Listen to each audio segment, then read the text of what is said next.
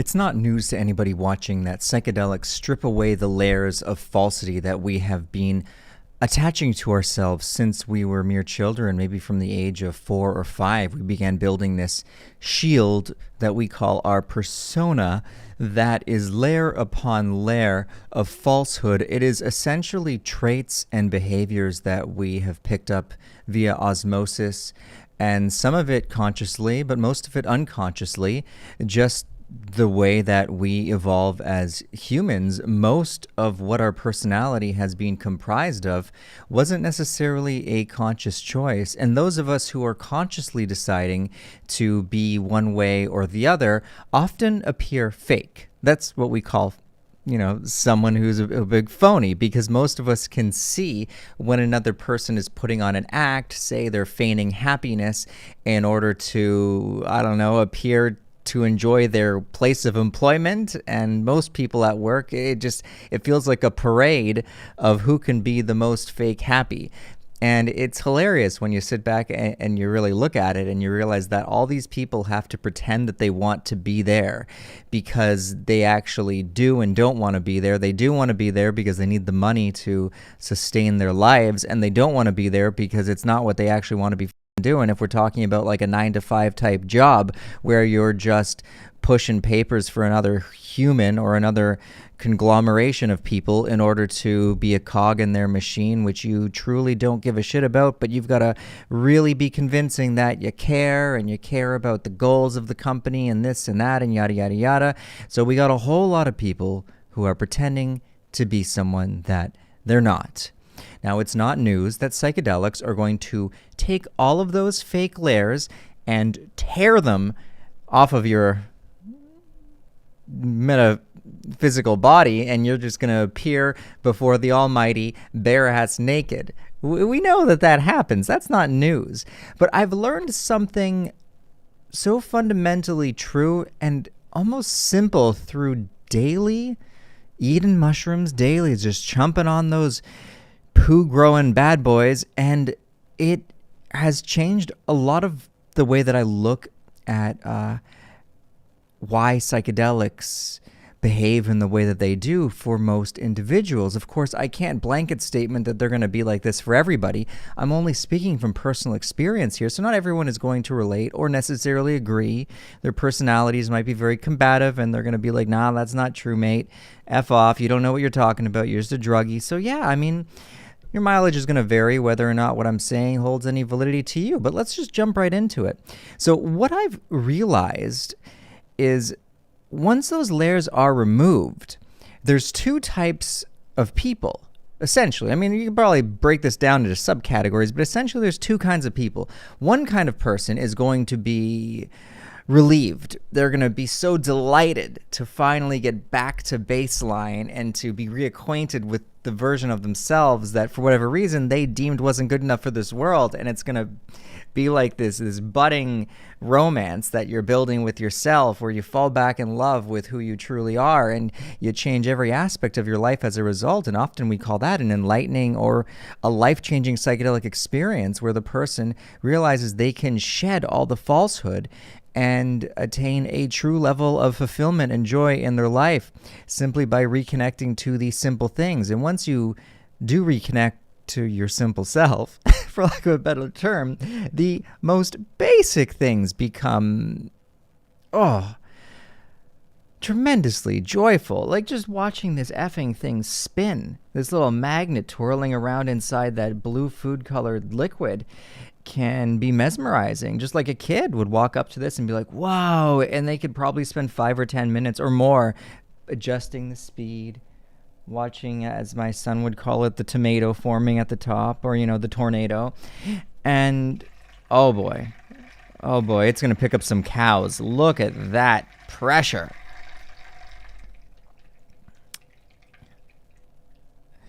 So to be in that state is something that is highly sought after via mystics, and that's a huge goal of those who meditate. I mean, there's one school of thought that would say if you meditate with a goal, then you're not meditating properly. But am I just forgetting which way turns it off? I think I am. There we go.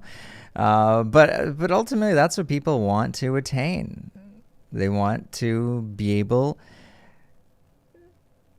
to appreciate the simple things again, because when we were children, that's what we did. And it's like we've all strayed so far away from our authentic selves, which should be mesmerized by this world. I mean, you can look at the world in so many different vantage points from so many different perspectives, and it's really hard when you get down to that base level state to not see it as mystical and magic and just full of absolute wonder. So there's that type of person who, once they get down to their naked self, they're going to be blown away and they're going to be happy. They're going to love it. But then there's the other side of this coin. There's that other kind of person who, when the psychedelics tear off their personality, they're not going to see it as a good thing. In fact, they're going to feel like they have no effing idea who they are, because that personality was built up as a shield mechanism to cover up a lot of pain and trauma that they've been hiding from, because their real or true, maybe child self or authentic self never was given enough sunlight and water to fully blossom and grow into a beautiful person.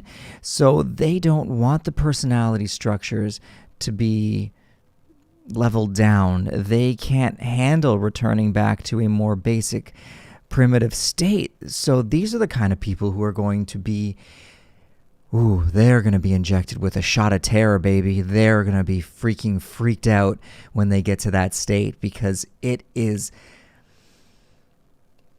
raw.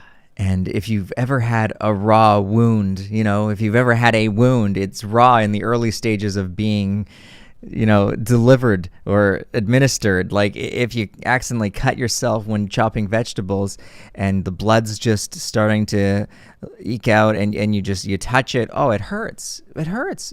So imagine having a fake scab that you've just been artificially building over this cut your entire life, but underneath it's just been festering and getting bigger and bigger and bigger because it hasn't given the time to actually heal. And then all of a sudden this compound comes in and rips the scab off without warning, and all of a sudden that blood just starts gushing out again, and you feel how raw it is. You're like touching it because you're trying to like put the scab back on. Oh boy, that's gonna be tough. It's going to hurt. And these are the people who need psychedelics the most, because they never learned. And I was in this group. This is my, these are my homies. This is the group that I fell in largely. I mean, I dabbled a little bit in the, wow, this is great and wonderful. But ultimately, I got flushed down into this sewage pipe. So the next question would be, well, if I'm in that terror group and it's just my authentic self is really just all cut up and I've been diced and I don't know how to heal, well, this is usually when psychedelics are great at shining a spotlight on an issue, and now you have to take the time to seek therapy and to really spend some time, maybe with the meditative process, getting down into the real roots of the toxicity. You got to find the source of the poison and you have to subtract it. You got to eliminate it. And this is easier said than done. And this is going to take a lot of work. It can often be something that an individual never fully acquires. They never fully acquire a healthy version of themselves, because those initial experiences were so formidable that now it's like they haven't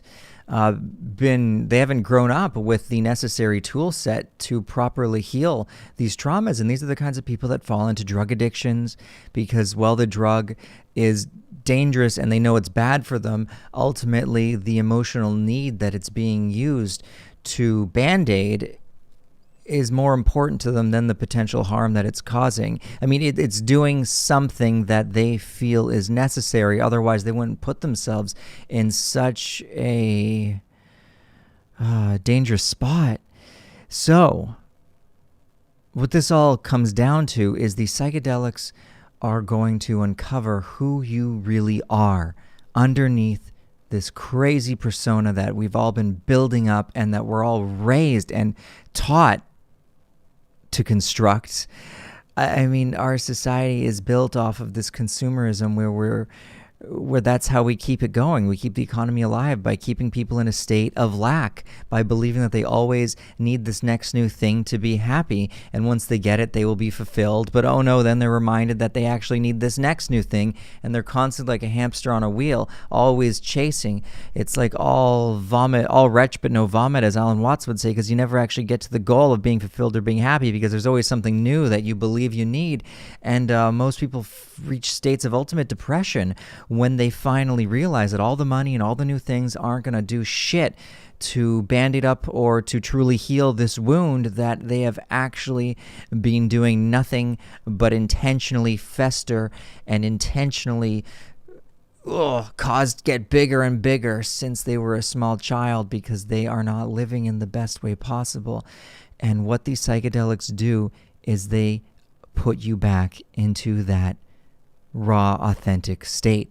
So what I have found on the flip side of this is the more I started to love my true self, and the more I started to learn how to heal those past wounds, mind you, it even comes down to just being aware of them and being aware that you're in the process of healing and being proud of yourself for taking necessary steps. Even if you're still blundering and you're still not quite there yet, just having that level of awareness changes the entire psychedelic experience to one that goes from potentially being terrifying to feeling a true, authentic connection to who you really are. And it is a beautiful experience. And oddly enough, I've learned this from daily microdosing mushrooms. I realized something profound. Once the mushrooms didn't have the same terrifying effect, this is not talking about tolerance. I mean, even if I took a couple weeks off and then returned to them, I would still get the same, say, visual distortions. Everything is so crisp and clear, and it just looks astounding, like you're looking at the moon from fresh eyes again, and everything is mesmerizing to you in that state. And I would get all these effects, all the body effects, but the one effect that wasn't administered was the mental.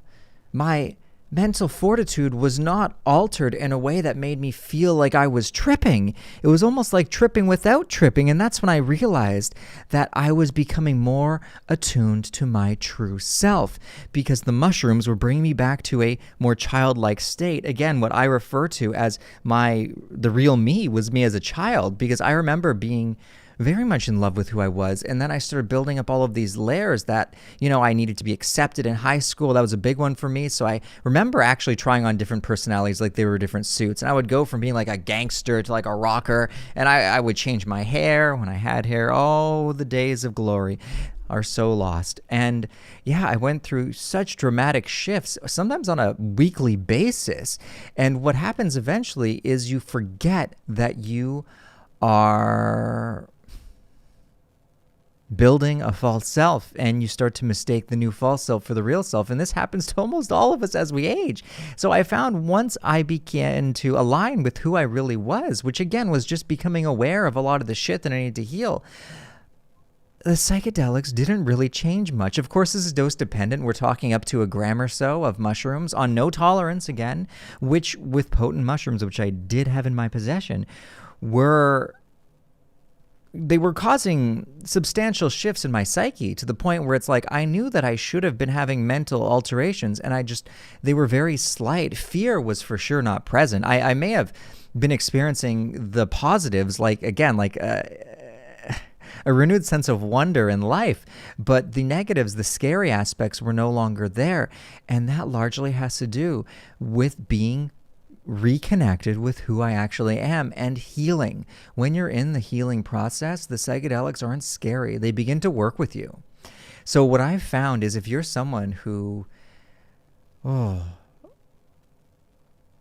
is brought to a place of sheer terror and unacceptance in the experience, they're just rejecting what the psychedelics have to show them. Essentially, what I've learned this meant for me was I was rejecting me. It's all coming from you. The psychedelics, they work with who you are, and they bring it out to the light. They exaggerate how you're feeling. So if you're not attuned to that, and you're not aligned with love,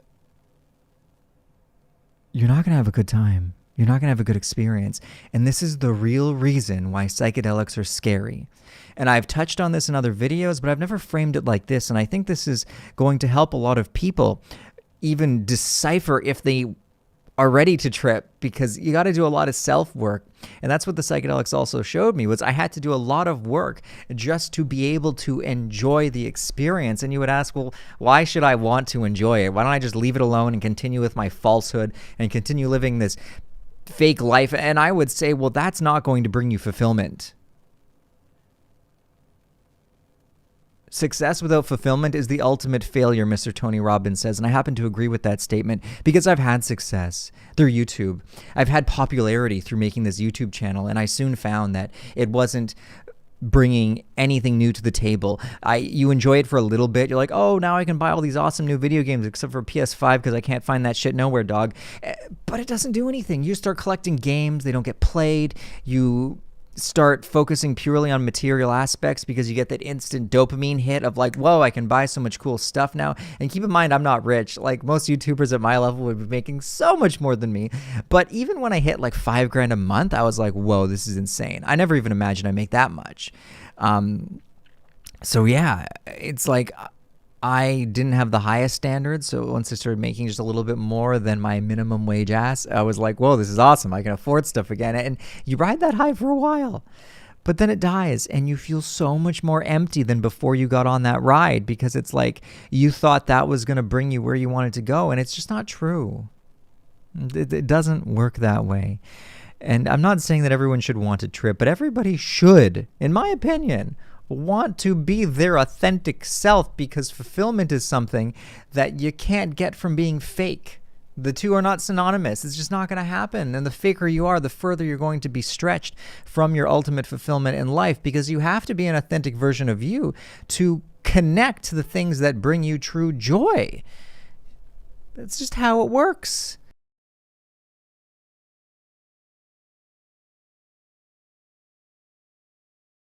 The real reason psychedelics are scary is because you're not real. You are not you're not embodying your real, true, authentic self. Or on another level, you could say that we're actually not real at all and we're just made of empty space. Ultimately, it's all energy vibrating. So, I mean, what does real actually mean? I don't know. I'm the first to admit that I have no idea what real even means. So yeah, I mean, psychedelics are also another level scary because you're not real. And on that level, you realize how fake you actually are. Like even your authentic self isn't real and you're like, holy shit, nothing is real. And that can be quite terrifying or quite beautiful when you realize that all of this is magic, because it's all just vibrations of energy interacting with vibrations of energy that our eyes are converting into some kind of a real image via light. It's insane what's actually happening. So holy Moses, bring me to the talking bush. I must learn.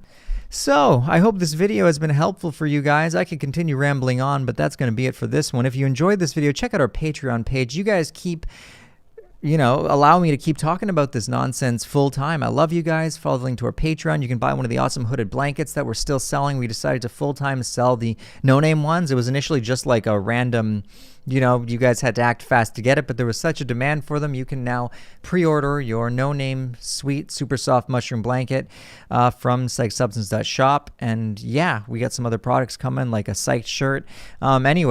Anyway. I love all you guys watching. I hope you're all doing well, and I will see you all in the next video. There's some big things coming. I've got about 4 massive videos that I'm editing right now that are really pushing the envelope, and they may not actually be posted to the channel. I might have to throw them only on the website due to how things are going. I don't want to get into too much detail, but things have been a little tough on the YouTube front, and we really value your Patreon support. So if you guys want to keep this going, check out our Patreon page. Little as $2 a month keeps me doing this, because YouTube is they're doing some stuff, man. I don't want to focus on that because we're not putting the energy into that bottomless pit. We are going to continue on a high note, and I love you.